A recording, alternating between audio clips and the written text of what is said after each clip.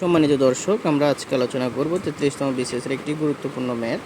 এখানে 2 to the power 3x - 8, এখানে 36 এটাকে আমরা চাইলে 36 হলে 36 এটাকে চাইলে আমরা ওই পাশে পাঠিয়ে দিতে পারি, অর্থাৎ ওই পাশে পাঠাইলে তখন গুণ অবস্থায় আছে এই পাশে, ওই পাশে গেলে ভাগ অবস্থা হয়ে যাবে। 3 স্কোয়ারকে আমরা চাইলে 9 লিখতে পারি। ঠিক একইভাবে এই 36টাকে এই পাশে নিয়ে আসলে ভাগ অবস্থা হয়ে যাবে। এখন যদি আমরা এটাকে একটু কাটাকাটি করি, 2 টু দি পাওয়ার 3x - 8কে আমরা লিখে ফেলি, এরপর 9 দিয়ে যদি 36কে কাটাকাটি করি আমরা 4 পাই, উপরে 1, অর্থাৎ এটাকে 1/4 লেখা যায়। ঠিক একইভাবে 2 টু দি পাওয়ার 3x - 8 এটাকে লেখা যায় 4 ইনভার্স 1, 4 ইনভার্স 1, অর্থাৎ 1/3 এটাকে লেখা যায় 3 ইনভার্স 1, 1/3 স্কোয়ার এটাকে লেখা যায় 3 ইনভার্স 2, 1/3 কিউব এটাকে লেখা যায় 3 ইনভার্স কিউব।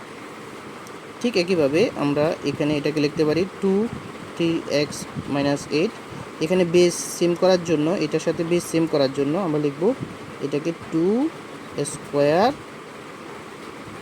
পাওয়ার -1। এরপর আমরা জানি 2 টু দি পাওয়ার 3x - 8, এরপরে 2 টু দি পাওয়ার পাওয়ার উপর পাওয়ার থাকলে পাওয়ারে গুণ হয়, তাহলে এটা হবে -2। এখানে বেস যদি সেম থাকে, যেমন এখানে এটার বেস হচ্ছে 2, এটার বেসও 2, যদি সেম থাকে, এরকম সমান যদি থাকে, তখন আমরা পাওয়ার সমান পাওয়ার লিখতে পারি, অর্থাৎ এটার পাওয়ার হচ্ছে 3x - 8, এটার পাওয়ার হচ্ছে -2, 3x - 8 সমান -2।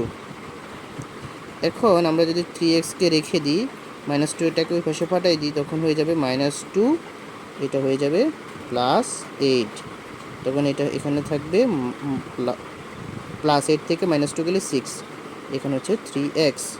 এখন যদি আমরা x এর মান বের করতে চাই, x সমান হবে 6/3, অর্থাৎ গুণ অবস্থা আছে 3 এবং x, সেটা হয়ে যাবে ভাগ অবস্থা। সুতরাং x এর মান বের হবে কত?